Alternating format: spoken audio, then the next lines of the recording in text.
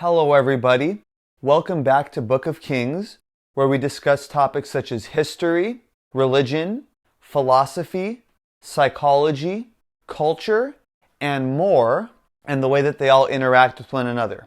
Don't forget to like, leave a comment, subscribe, and hit the bell icon to receive a notification every time I release a new video. Hope you enjoy. There have been many different crusades throughout history, but when one uses the term the Crusades, one is generally referring to the Crusades which took place in the Near East, whereby Christian Crusaders from Western Europe attempted to re-establish Christian control over the Holy Lands after centuries of Islamic rule. And when hearing the term the Crusades, one thing that remains obvious is that the term Crusades is plural. This may be obvious to many, and one may be wondering just how many Crusades there were.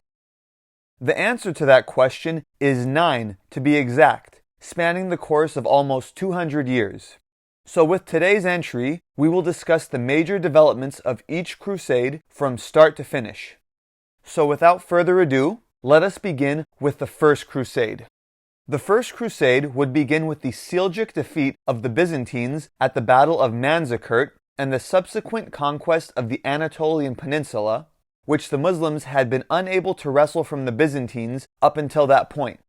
The Seljuks would additionally conquer the Holy Land, which had been under the rule of the Shia Fatimid Caliphate based in Egypt. The ensuing chaos following the conquest of the Holy Land would make pilgrimage by Christians from the West difficult. Following the Battle of Manzikert, Byzantine Emperor Alexios Komnenos would request assistance from Catholic Western Europe. Pope Urban II would answer Alexios' request and call upon Christians to take up armed struggle and head toward the Holy Land to gain possession of Jerusalem. The Fatimids of Egypt, who had maintained generally easy travel for Christians to the Holy Land, would regain control of the Holy Land shortly before the arrival of the Crusader armies. However, this would be too late and it would prove not to be enough to stop the ensuing conflict. Crusader armies would march across Western Europe into the Byzantine Empire, cross into Anatolia, and begin to conquer territory and establish Crusader states along the way in the following order: the County of Edessa, the Principality of Antioch, the Kingdom of Jerusalem, and a fourth Crusader state, the County of Tripoli, would be established soon after. Baldwin I would ultimately be crowned the first king of Jerusalem. Now this brings us to the Second Crusade. Following the establishment of the Crusader states, during and shortly after the First Crusade, Edessa, the capital of the County of Edessa, would be conquered by Imad al-Din Zengi, commonly known simply as Zengi, emir of the Zengid dynasty, who ruled on behalf of the Seljuk Empire. Upon news reaching Pope Eugene III, he would call for a Second Crusade. In response to this, Crusader armies led by the kings of France and Germany would head east to the Kingdom of Jerusalem, where they would plan their next move. While the Count of Edessa, Jocelyn II, briefly regained control of the city of Edessa, only to lose it shortly after to Zengi's son, Nur ad-Din, the Crusaders would not attempt to recapture Edessa, instead opting to attack the Muslim city of Damascus, a decision which is commonly viewed by historians as a major miscalculation. The siege of Damascus would end up being a resounding victory for the Muslim forces, with the Second Crusade ending in failure. The County of Edessa would be the first Crusader state founded and the first to fall. Now let's discuss the Third Crusade. Ayyubid Sultan Saladin would conquer Jerusalem, the capital of the kingdom, as well as the city of Acre in the year 1187. The seat of the Kingdom of Jerusalem would shift to Tyre in modern-day Lebanon, effectively establishing a sort of rump state there. In response, a Third Crusade would be called, led by European monarchs King Philip of France, King Richard of England, and Holy Roman Emperor Frederick Barbarossa. The Crusader forces would reconquer much of the Mediterranean coastal region of the Levant from Saladin's forces, including the cities of Jaffa and Acre, as well as gaining control of the island of Cyprus. However, they would ultimately fail to recapture Jerusalem. The crusade was finally ended with the signing of the Treaty of Jaffa, which recognized Muslim rule over Jerusalem, but allowed Christian pilgrims and merchants to travel to the city. Now on to the Fourth Crusade. Following the failure of the Third Crusade to capture Jerusalem, a Fourth Crusade would be called with the same objective. However, this time, the Crusaders would seek to accomplish this by first defeating the Ayyubid Sultanate based in Egypt. This conquest of Egypt would never take place though, as Crusader forces would be diverted along the way, taking part in the conquest of the Croatian city of Zara, and ultimately the conquest of the Byzantine capital of Constantinople, culminating in the establishment of the Latin Empire of Constantinople. The Fifth Crusade. Following the absolute failure of the Fourth Crusade in accomplishing its objectives, a Fifth Crusade would be called with a very similar objective of capturing Egypt from the Ayyubids. This crusade would prove to be a bit more successful than the last one, with Crusaders conquering the Egyptian city of Damietta. In the aftermath of this, Ayyubid Sultan Al-Kamil would attempt to negotiate a peace deal, even going so far as to offer returning Jerusalem to Christian control. However, his offers were repeatedly rejected by Crusader leader Pelagius Galvani. The Crusaders would set their sights on the Ayyubid capital of Cairo and begin their march toward the city. On their way to Cairo, the Crusaders would face a crushing defeat at the Battle of Mansoura.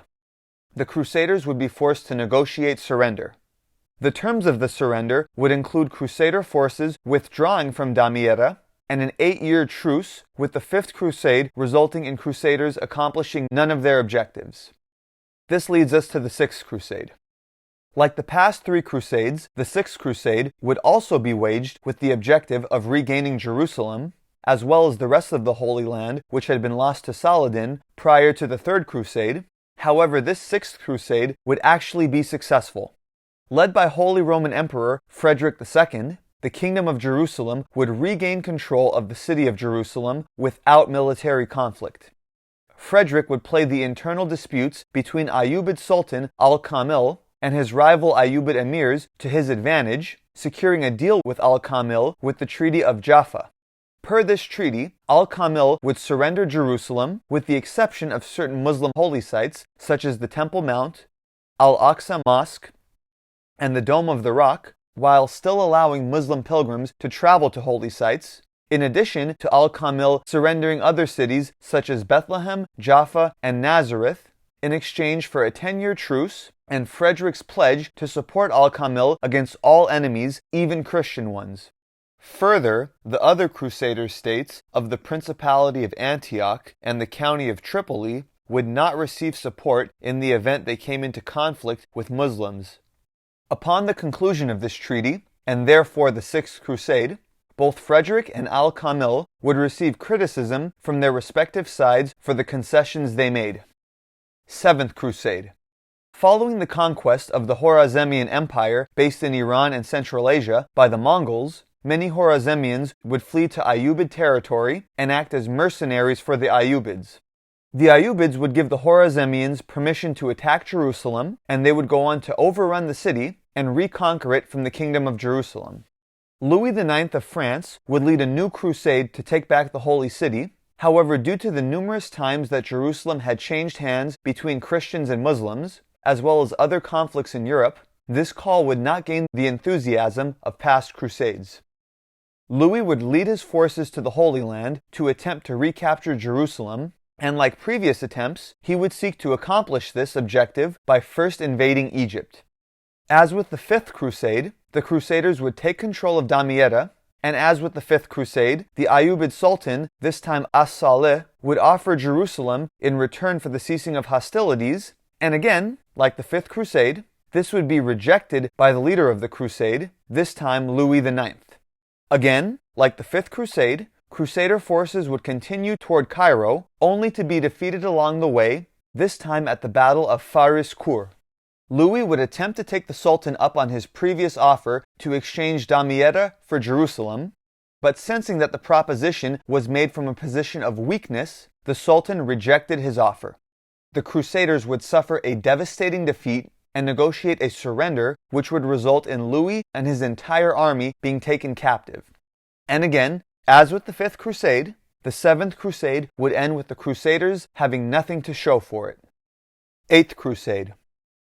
Following his capture in the Seventh Crusade, Louis would negotiate his release and would return to France. However, his defeat would not extinguish his desire to continue to fight the forces of Islam.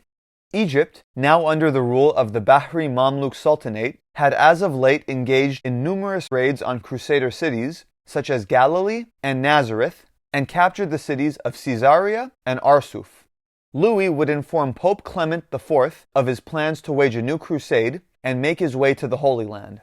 While initially planning to mount his assault on the coast of the Levant, from the starting point of Cyprus, Louis would ultimately come to the decision to besiege the city of Tunis, in modern-day Tunisia, the capital of the Hafsid dynasty, which he could then use as a launchpad for a future assault on the Holy Land.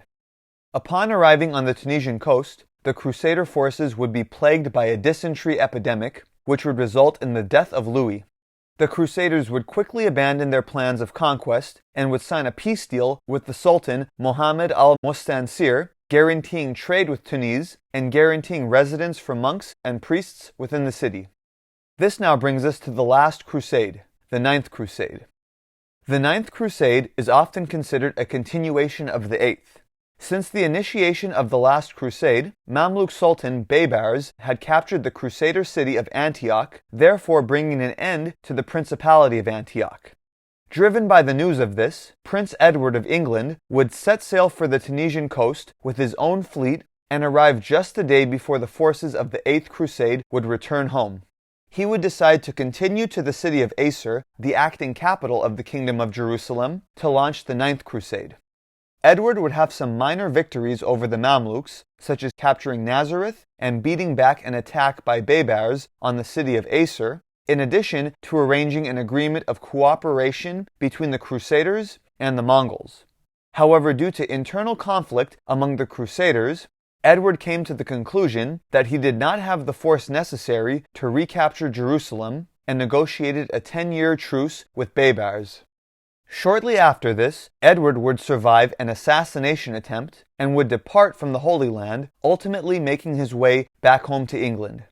This would be the last crusade within the Holy Land prior to the Mamluk conquest of Tripoli, which brought an end to the county of Tripoli, and the conquest of Acre, which effectively brought the Kingdom of Jerusalem and a permanent Crusader presence in the Holy Land to an end.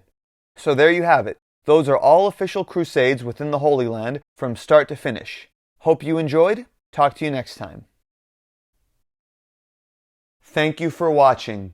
This has been another Book of Kings video.